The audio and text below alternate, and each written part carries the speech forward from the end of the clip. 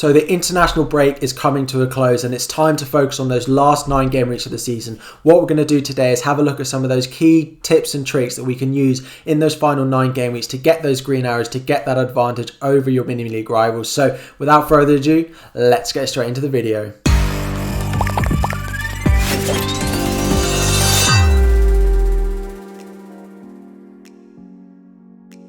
What is up everyone? So as I've said, we're going to have a look at a couple of my top 4 tips that I think if you guys can take into the final 9 game weeks of the season, hopefully you should see some good results in terms of your overall rank. So if we start off with the first one, is it time to get a few of those differentials in? So it feels like at the moment there are a lot of those very template players. We've been building for those blank game weeks, for those double game weeks. If we can start to try and find some players that we think can return a few points going into the final game weeks that a lot of other people won't own, it could be time that we look at a few of those differentials. So just a few examples of some players that I've pulled out for you. The first one is Trent Alexander-Arnold of Liverpool. So the Liverpool defensive fixtures particularly are very nice. They have a great run in. Trent started to really show some bonus point and attacking threat potential in the past week. So I think at 7.3, given the amount of money we have with potentially moving out some of the more expensive assets like Salah, then I think there's definitely room for us to afford him. And I think he could be a really nice asset to own. Next up is Kieran Tierney of Arsenal. Now, Arsenal have shown some good defensive form in recent weeks, maybe not as good as some of the other teams we've got in the league, but Tierney combines that defensive solidity that they have with that attacking threat, getting up and down that left side, putting crosses into the box, as well as a few goals he scored this season. At the end of last season, Tierney was a really good differential for me and for other players. So I think with the run-in, the attacking threat that he has the potential to do that again this season. Next up we have Jamie Vardy. Now Vardy has been off the radar. He's not had that fixture in game week 29. We've been looking for those blank game week players. A lot of the forwards like Bamford, Antonio, Watkins, Kane have been the ones that we've been looking at the moment, and I think Vardy and his teammate Iheanacho could be really good differentials. They have a really nice run of fixtures coming up after the Manchester City game, so at 10.1 million or at that sort of 6 million that you can get Iheanacho for, I think the pair of them could be really nice differentials. Next up we have Pedro Neto of Wolves. So Wolves, again, a really nice fixture swing coming for them in the next sort of 4 or 5 fixtures. They have a really nice run. Neto does seem like their main goal threat. Now they don't seem to be scoring a lot of goals at the moment, but 5.7 million, you're not really putting out that much cash. You can be your 5th midfielder or so, your sort of last player on your team sheet. He's on set pieces as well. I think he's got really good potential to return some good points for you over the coming game weeks. So yeah, a bit of a differential from a cheaper price point there. The final one is another Liverpool player in Diogo Jota. Now, he was so popular at the start of the season and then he picked up an injury. He's coming back now and is priced at just 6.6 million. When he starts matches, he scores 40% of the goals that Liverpool score while he's on the pitch. This is quite a staggering stat that I found out the other day. So I think with the run-in they've got, as I've spoken about with Trent, that I think Jota is a differential that I'll be looking at. I don't expect him to stay as a differential for too much longer. I expect to see his ownership creep up a little bit, but the amount of players that there are in the game, he will still be more of a differential than some of those other highly owned midfielders in the likes of Gundogan. So yeah, my top 5 differentials at the moment, 5 players that I think you should think about from a variety of price points and positions to help you get those green arrows in the upcoming game weeks.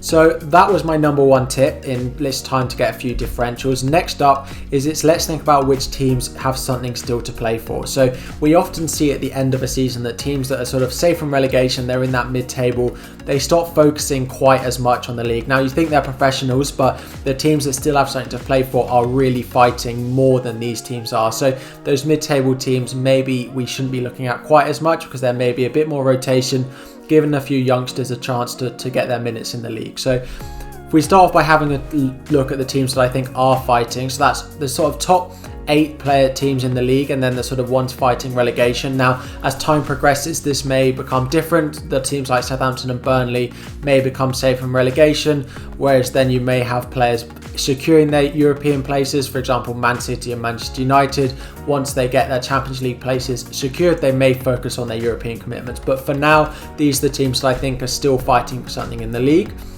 And the next teams that we say are beach. So they are on the beach, they're gone for their holidays, they're not focusing on the league so much. So these are sort of your mid-table teams, and then I've put West Brom and Sheffield United in there at the moment. Now West Brom are still probably fighting, but I don't expect that to be there that much longer. Now West Brom and Sheffield United assets we don't own that much, but if we do look at some of those mid-table teams in Aston Villa, Arsenal, Leeds, Crystal Palace, Wolves, at the moment, maybe their focus is still on the league, but as time goes on, their focus will definitely dwindle as much as we do see from those teams on the right-hand side. Now, I'm not saying, oh, no Aston Villa assets, no Arsenal assets, no Leeds assets, but maybe the triple ups of some of those players that we've got isn't the way to go. So just think about whose teams are really going to be fighting at the end of the season, who are really going to have something to play for. So you know, as much as anything, you know that your assets are going to need to start those matches and won't be rotated.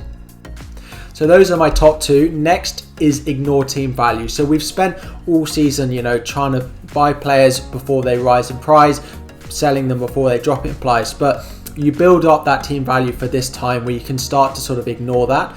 So that's sort of one aspect of it, but also there's so many good cheap players this season. If we see an example here, Gundogan in comparison to De Bruyne. Now, De Bruyne's a great asset, Sterling again at the same price, but Gundogan at his price just seems like such a better value for money.